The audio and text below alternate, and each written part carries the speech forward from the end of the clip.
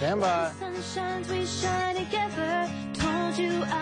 Welcome back to San Antonio Living. This is something that we're all going to have to deal with at some point in our lives, taking care of our parents, and my parents taking care of their parents. We all go through it at some point. We want to make sure you have the right people to contact here in San Antonio. Joining us this morning, Jeff Salter, the CEO of Caring Senior Service. Thanks for coming by today. Thank you. This is so important. We've got a huge group of people entering the senior category, the baby boomers. I mean, some of them as young as 50, some of them as old as 70 years old, and this is stuff that I will have to address, that you will have to address, that people a little bit older than me are going through now, taking care of their parents. And it's important to know that there are services out there for them.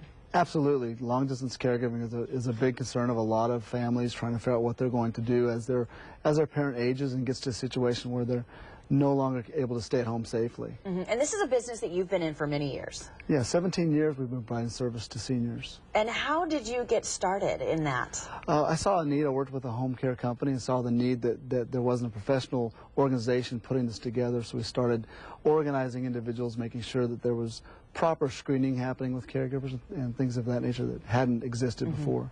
And what you guys do is different than a skilled nursing person or something like that. This is almost like a companion, something that I would do for my parents if I needed to. Yeah, there's a whole gamut of services that we provide, spectrum, that includes the companionship care, the personal services. It can get a little more detailed, but it doesn't get into skilled care. But we can do meal preparation, housekeeping, but then personal care duties like help with restroom assistance, bathing, getting dressed in the morning, a lot of that stuff also. But it's really activities that allow them to remain at home safely and independently as much as possible. A lot of people can't get to their parents every day. They can't be there every day to help them out. As some parents don't even want to have to address the fact of taking care of their parents when it comes to helping them get to the bathroom, bathing, things like that. It's a hard thing to deal with. So it's important to know that there is help out there. Yeah, absolutely. And that's a common problem, is that you don't want to get to know your parents quite that well necessarily. So we can help with those things in those uncomfortable situations.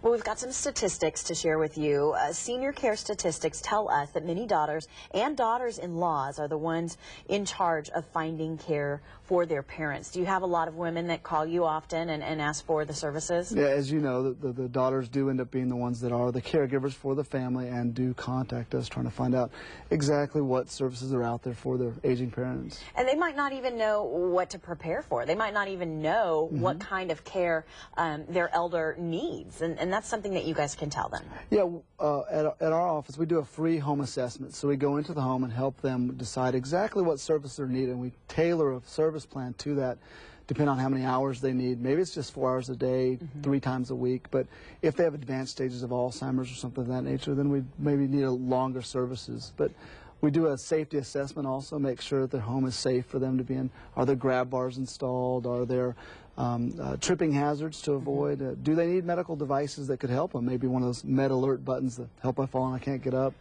But we also have a unique product called Quiet Care, and that goes much further, and it detects a fall in, say, a bathroom, which an elderly person can't hit that button. It would notify family, friends, medical emergency services that that has occurred. It also helps with medication reminding, and it actually can identify when a senior hasn't taken their meals appropriately, hasn't gotten to the fridge that day. So those are things that families that are long-distance caregivers really could benefit from. Wow.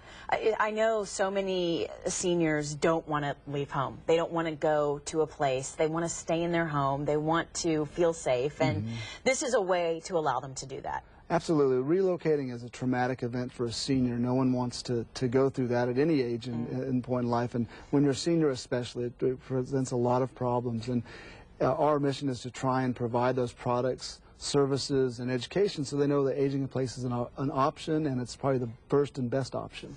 I think it's such a wonderful service that you guys provide. I mean, my wheels are turning right now because my grandmother is in that situation. I know some days, you know, eventually my parents are going to be there, and it's good to know that there are services, there is help out there. What would you tell people that are at home right now watching that have a mom, a dad reaching this point where they need a little bit of help and they can't be there all the time? They key is to have a discussion with family member, because everyone needs to be involved, family and the client. The family often thinks they know what the elderly person needs or their mom and dad needs, but they need to get them involved and talk to them about it openly.